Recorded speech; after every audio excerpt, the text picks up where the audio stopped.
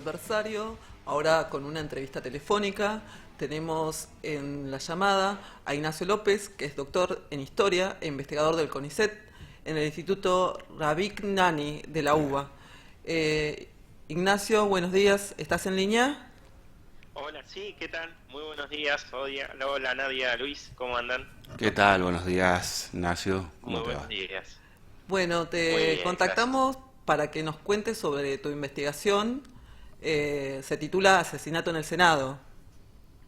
Sí, sí, en realidad, bueno, esto es en base a una nota del diario La Nación que conmemoraba digamos, este evento, ¿no? Que se cumplió un aniversario el 23 de julio, básicamente. En el año 1935 tuvo lugar este hecho trágico en el marco del recinto del Senado.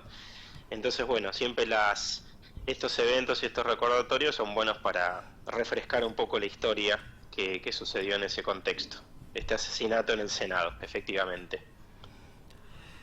¿De qué se trata esta investigación? Bien, bueno, básicamente en julio del año 35, lo que sucedió es que en el marco de una sesión en el que se debatía el problema de las carnes, que era un problema bastante grave en la Argentina de mediados de los años 30, tuvo lugar un episodio de violencia que fue básicamente el asesinato de un senador por la provincia de Santa Fe, que fue Enzo Bordavere, que era del Partido Demócrata Progresista, por un excomisario, ¿no? Un hombre ligado en ese momento al Partido Conservador de la provincia de Buenos Aires, que se llamaba Ramón Valdés Cora.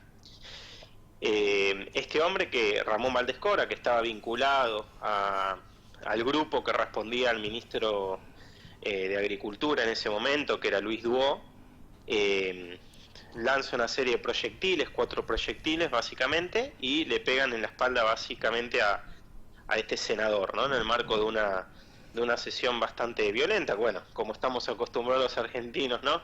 En los últimos tiempos, sobre todo, a que se levante la temperatura, pero en ese momento también solía ser bastante bravo, y en este caso en particular lo que termina sucediendo es que, bueno, se produce un episodio de violencia y con la muerte de un senador, ¿no? Este hombre se escapa, lo toman, lo encarcelan inmediatamente ahí en el marco del recinto también, y bueno, luego va preso, con la particularidad de que, bueno, fue el chivo expiatorio de una red un poco más amplia, ¿no? Porque esto básicamente muestra no solo, primero, un hecho de violencia en el corazón de las instituciones representativas, en este caso en el Congreso de la Nación, sino también, como muchas veces sucede en la historia política argentina, que detrás de estos episodios de violencia hay redes mafiosas, de corrupción, ¿no? En este caso estábamos hablando de una red que cubría incluso a algunos de los ministros en ese momento del Gabinete Nacional, y que tenía como foco el tema de las carnes, que era el gran tema latente de la época, ¿no? El negocio de las carnes en los años 30. ¿Podés contarnos, para estar en contexto, sobre la década infame? Sí, bueno, en ese marco muchos historiadores, generalmente lo que conversamos sobre los años 30 es que fue una década coartada por problemas de legitimidad. ¿Por qué se llama infame, o quién la llamó infame? Justamente un periodista revisionista, nacionalista, que fue José Luis Torres, que básicamente señaló aspectos de corrupción, ¿no? A ciertos pactos internacionales en ese momento, que, bueno, básicamente dieron como contexto a los años 30, y también el fraude, ¿no? El fraude electoral fue algo bastante permeable en esos años.